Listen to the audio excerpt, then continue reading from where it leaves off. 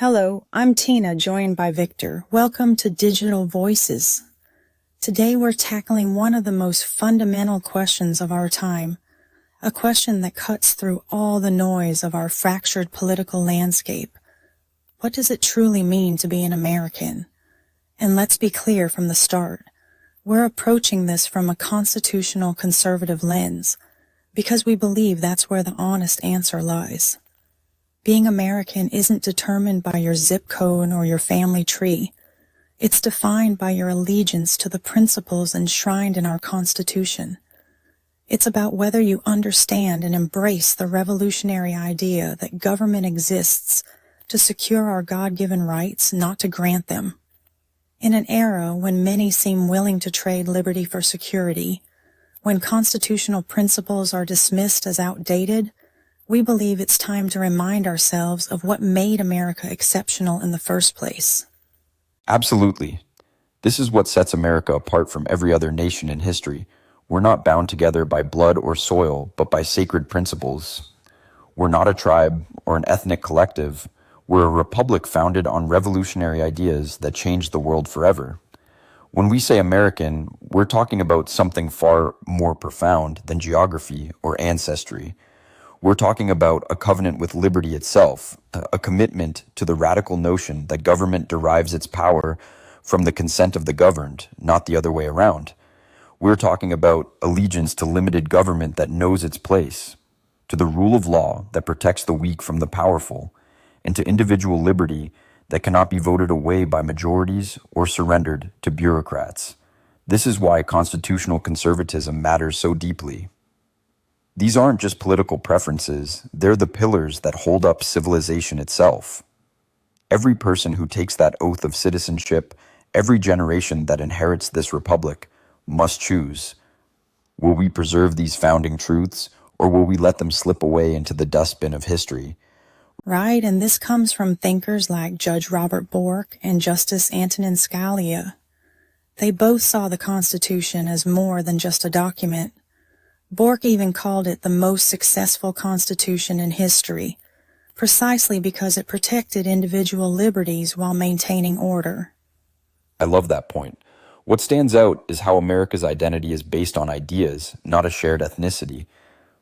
Unlike other countries, we were founded on the belief that a diverse people could unite through common principles, like the structure laid out in the Constitution. And it's crucial to remember the founders' realistic view of human nature. James Madison's insight that if men were angels, no government would be needed, speaks to the need for checks and balances. Our system was built to prevent any one branch from becoming too powerful. To be an American is in part to recognize that human ambition needs a framework to keep it in check. Which is where originalism comes in, right? Scalia famously said, "The Constitution is not a living document. It is dead, dead, dead." A pretty bold statement, but it encapsulates this belief that the Constitution's principles are timeless. They don't bend to the latest social trends or political pressures. Absolutely. This idea that the Constitution doesn't change with the times is crucial. By interpreting it through the lens of its original meaning, we avoid the pitfall of letting judges impose their personal views. In essence, it's about preserving the Constitution as it was meant to be, stable, predictable, and a safeguard against tyranny. That's the key. And the other piece of this, which is often overlooked, is the idea of personal responsibility. The founders believed that for self-government to work, citizens need to be virtuous and take responsibility for their actions. Without that, the whole system breaks down. Exactly. And that's why you can't separate rights from responsibilities. To be an American means understanding your civic obligations, not just claiming freedoms. And as Bork put it, the Constitution assumes a moral order. That moral order doesn't come from the government, but from individuals. That's the foundation of America's civil society, right? Voluntary organizations, like churches, local groups, and clubs, have historically been the go-to for solving community problems, not the government. It's about community being the mediator between individuals and government, not vice versa. That's a critical point. When you rely too much on government intervention, you risk losing the kind of self-reliance and moral reasoning that's essential for freedom. But nowadays, we're seeing challenges to this. Multiculturalism, identity politics, and even progressive education. Many are eroding the shared commitment to constitutional principles. Yes, and when people start seeing the Constitution as something that only serves a particular group or view, it undermines that shared identity, and that's dangerous.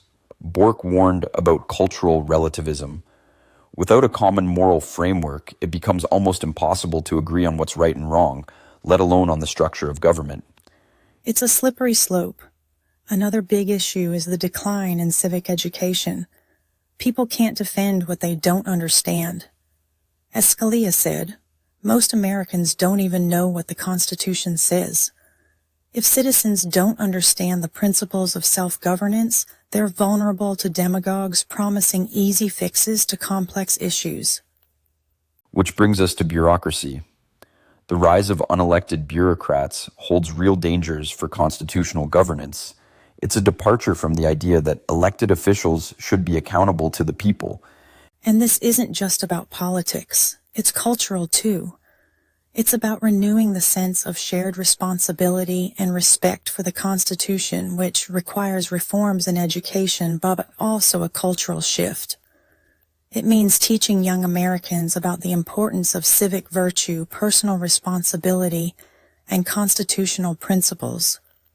That's where parents and communities come in. They play an essential role in transmitting this understanding. It's not just about textbooks, but about living these principles in daily life.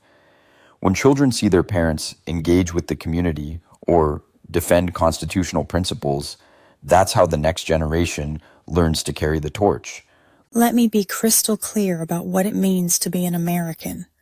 It's about fierce dedication to the Constitution, the bedrock document that has secured our liberty for nearly 2.5 centuries. We're not just passive recipients of rights. We're guardians of the principles that built the greatest nation on earth. The rule of law that applies equally to all, individual liberty that cannot be surrendered to government overreach, and limited government that serves the people, not the other way around. This isn't about blind flag waving. It's about educated, principled citizenship. It's about understanding that our founders risked everything to establish these timeless truths, and recognizing that every generation must choose whether to preserve or abandon this sacred inheritance. We must confront our nation's imperfections while never losing sight of the revolutionary ideals that make America exceptional. The question isn't whether America is perfect. It's whether we dare to uphold the Constitution that makes perfection possible. And the stakes are high. The Constitution is, as Scalia put it, not a suicide pact, but neither is it a blank check for those in power. Preserving our constitutional heritage requires ongoing effort through education, civic engagement, and a recommitment to those enduring principles. Victor, when I think about what it means to be an American, I see it as embracing our role as constitutional citizens, people who are deeply committed to the founding principles that have shaped this country for more than 200 years. But it's not just about honoring those principles.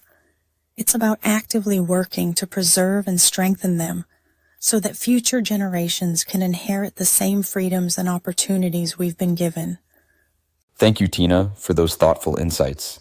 That brings us to the end of this episode of Digital Voices. I'm Victor, and on behalf of Tina and myself, we appreciate you joining us today. We hope our discussion has inspired you to think more deeply about what it means to be an American in our rapidly changing world. Until next time, keep the conversation going.